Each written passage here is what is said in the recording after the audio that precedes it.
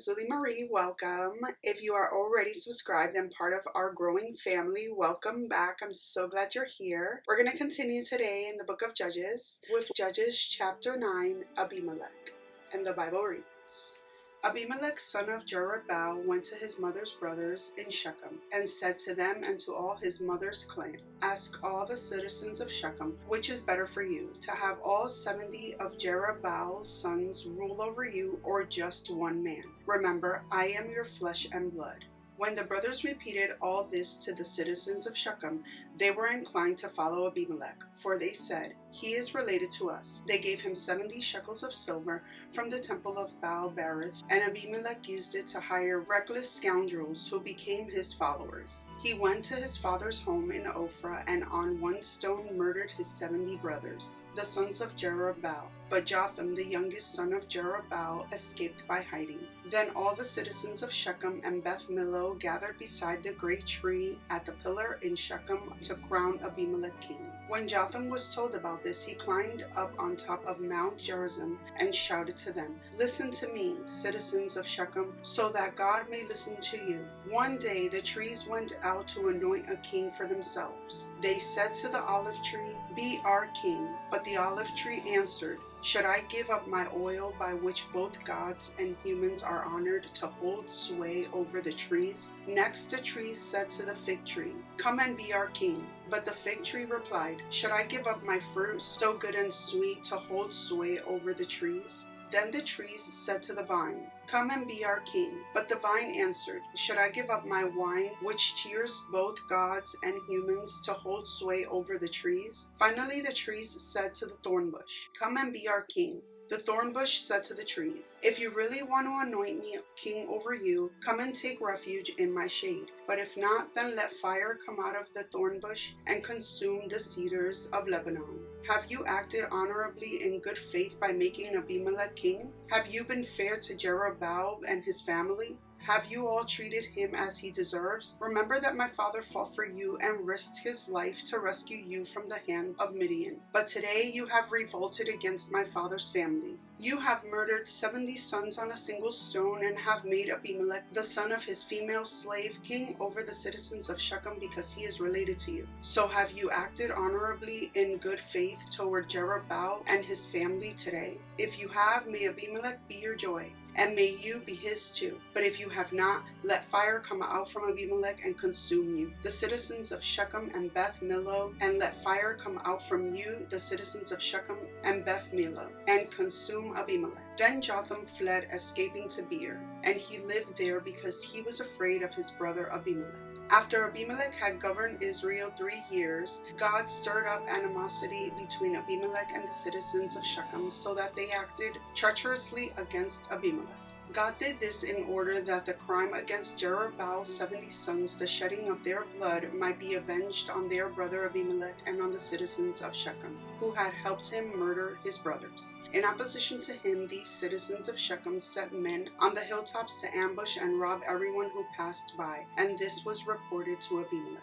Now Gal, son of Ebed, moved with his clan into Shechem, and its citizens put their confidence in him. After they had gone out into the fields and gathered the grapes and trodden them, they held a festival in the temple for their God. While they were eating and drinking, they cursed Abimelech. Then Gal, son of Ebed, said, Who is Abimelech, and why should we, Shechemites, be subject to him? Isn't he Jerubbaal's son, and isn't Zebul his deputy? Serve the family of Hamor, Shechem's father. Why should we serve Abimelech?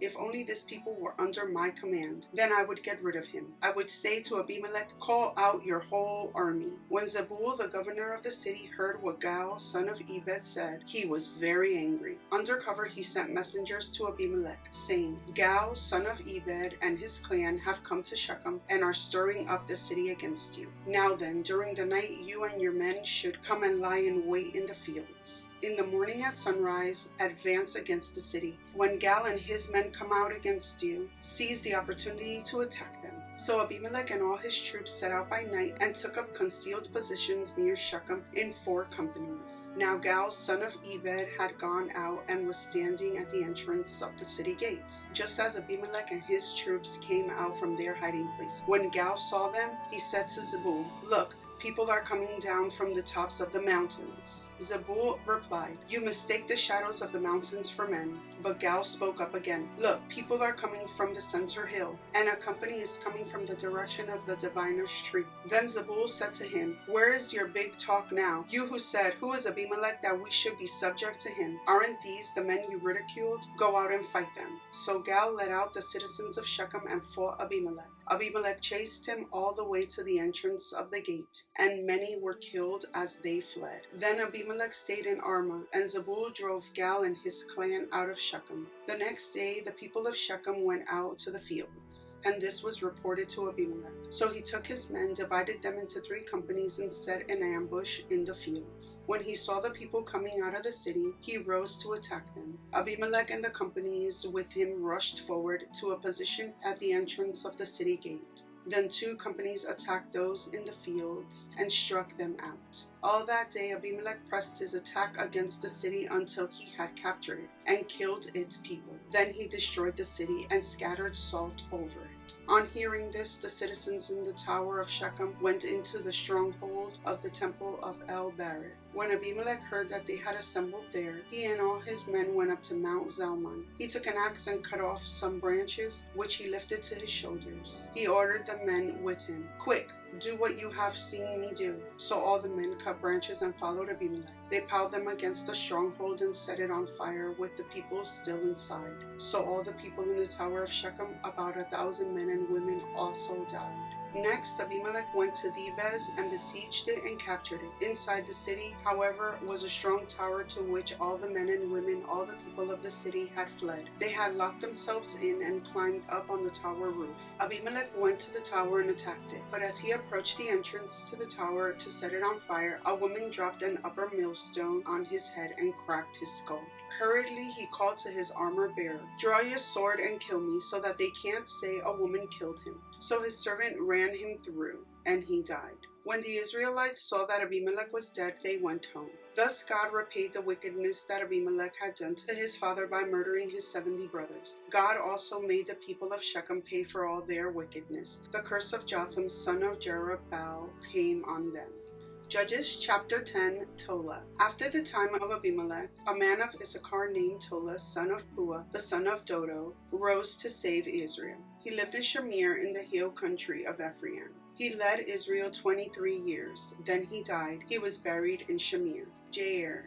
He followed by Jair of Gilead, who led Israel 22 years. He had 30 sons who rode 30 donkeys. They controlled 30 towns in Gilead, to which this day are called Havoth Jair. When Jair died, he was buried in Kamon. Jephthah. Again the Israelites did evil in the eyes of the Lord. They served the Baals and the Ashtoreths, and the gods of Aram, the gods of Sidon, the gods of Moab, the gods of the Ammonites, and the gods of the Philistines. And because the Israelites forsook the Lord and no longer served him, he became angry with them. He sold them into the hands of the Philistines, the Ammonites, who that year shattered and crushed them. For 18 years they oppressed all the Israelites on the east side of the Jordan in Gilead, the land of the Amorites. The Ammonites also crossed the Jordan to fight against Judah, Benjamin, and Ephraim. Israel was in great distress. Then the Israelites cried out to the Lord, "We have sinned against you, forsaking our God and serving the Baals." The Lord replied, "When the Egyptians, the Amorites, the Ammonites, the Philistines, the Sidonians, the Amalekites, and the Maonites oppressed you, and you cried to me for help, did I not save you from their hands? But you have forsaken me and served other gods, so I will no longer save you. Go and cry out to the gods you have chosen. Let them save you when you are in trouble."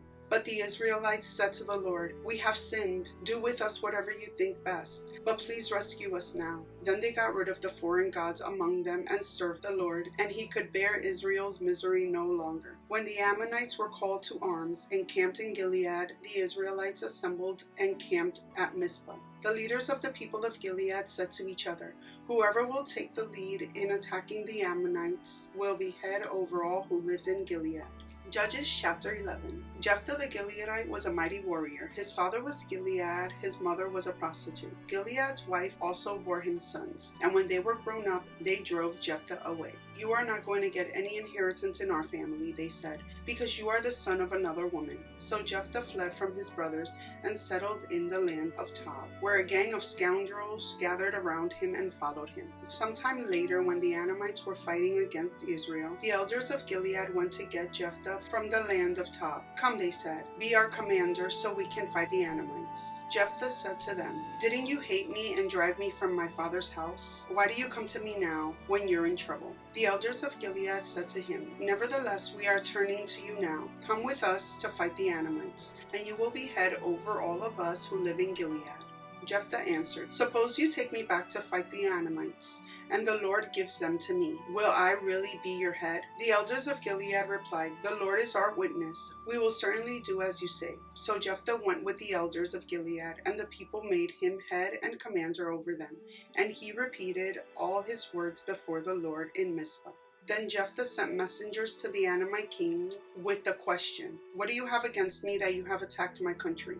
The king of the Ammonites answered Jephthah's messengers, "When Israel came up out of Egypt, they took away my land from the Arnon to the Jabbok, all the way to Jordan. Now give it back peaceably." Jephthah sent back messengers to the Ammonite king, saying, "This is what Jephthah says. Israel did not take the land of Moab or the land of the Ammonites. But when they came up out of Egypt, Israel went through the wilderness to the Red Sea and on to Kadesh. Then Israel sent messengers to the king of Edom, saying, 'Give us permission to go through your country.' But the king of Edom would not listen. They sent also to the king of Moab, and he refused. So Israel stayed at Kadesh. Next, they traveled through the wilderness, skirted the lands of Edom and Moab, passed along the eastern side of the country of Moab, and camped on the other side of the Arnon. They did not enter the territory of Moab, for the Arnon was its border. Then Israel sent messengers to Sihon, king of the Amorites, who ruled in Heshbon, and said to him, 'Let us pass through your country to our own place.'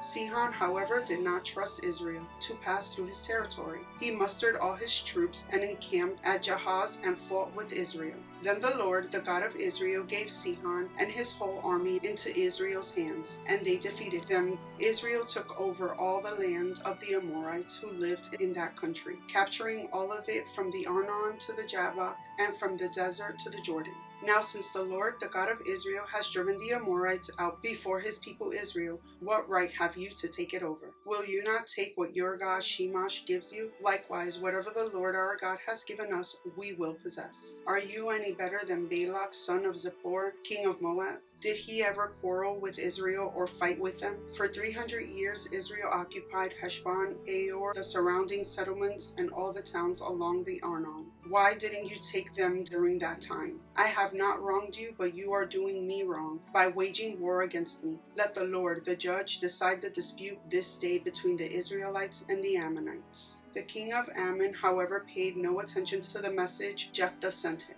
Then the Spirit of the Lord came on Jephthah. He crossed Gilead and Manasseh, passed through Mizpah of Gilead, and from there he advanced against the Ammonites. And Jephthah made a vow to the Lord, "If you give the Ammonites into my hands, whatever comes out of the door of my house to meet me when I return in triumph from the Ammonites will be the Lord's, and I will sacrifice it as a burnt offering." Then Jephthah went over to fight the Ammonites, and the Lord gave them into his hands. He devastated 20 towns from Aor to the vicinity of Minnith, as far as Abel-Keramim. Thus Israel subdued Ammon. When Jephthah returned to his home in Mizpah, who should come out to meet him but his daughter, dancing to the sound of timbrels? She was an only child. Except for her, he had neither son nor daughter. When he saw her, he tore his clothes and cried, "Oh no, my daughter, you have brought me down, and I am devastated. I have made a vow to the Lord that I cannot break." "My father," she replied, "you have given your word to the Lord. Do to me just as you promised." now that the Lord has avenged you of your enemies, the Ammonites. But grant me this one request, she said. Give me 2 months to roam the hills and weep with my friends, because I will never marry. You may go, he said, and he let her go for 2 months. She and her friends went into the hills and wept because she would never marry. After the 2 months, she returned to her father, and he did to her as he had vowed, and she was a virgin. From this comes the Israelites' tradition that each year the young women of Israel go out for 4 days to commemorate the daughter of Jephthah the Gileadite. Judges chapter 12, Jephthah and Ephraim. The Ephraimite forces were called out, and they crossed over to Zaphon. They said to Jephthah, "Why did you go to fight the Ammonite without calling us to go with you? We're going to burn down your house over your head." Jephthah answered, "I and my people were engaged in a great struggle with the Ammonites, and although I called, you didn't save me out of their hands. When I saw that you wouldn't help, I took my life in my hands and crossed over to fight the Ammonites, and the Lord gave me the victory over them. Now why have you come up today to fight me?" Jephthah then called together the men of Gilead and fought against Ephraim. The Gileadites struck them down because the Ephraimites had said, "You Gileadites are renegades from Ephraim and Manasseh." The Gileadites captured the fords of the Jordan leading to Ephraim, and whenever a survivor of Ephraim said, "Let me cross over," the men of Gilead asked him, "Are you an Ephraimite?" If he replied no, they said, "All right, say Shibboleth." If he said Siboleth because he could not pronounce the word correctly, they seized him and killed him at the fords of the Jordan. 42,000 Ephraimites were killed at that time. Jephthah led Israel 6 years. Then Jephthah the Gileadite died and was buried in a town in Gilead. Ibzan, Elon, Abdon. After him, Ibzan of Bethlehem led Israel. He had 30 sons and 30 daughters. He gave his daughters away in marriage to those outside his clan, and for his sons he brought in 30 young women as wives from outside his clan. Ibzan led Israel 7 years. Then Ibzan died and was buried in Bethlehem. After him, Elon the Zebulunite led Israel 10 years. Then Elon died and was buried in Ahilan in the land of Zebulun. After him, Abdon, son of Hillel from Pirathon, led Israel. He had 40 sons and 30 grandsons, who rode on 70 donkeys. He led Israel 8 years. Then Abdon, son of Hillel, died and was buried at Pirathon in Ephraim in the hill country of the Amalekites. We're going to pause our reading here for today. Don't forget to subscribe. I'll see you in my next one. Many blessings to you. Bye.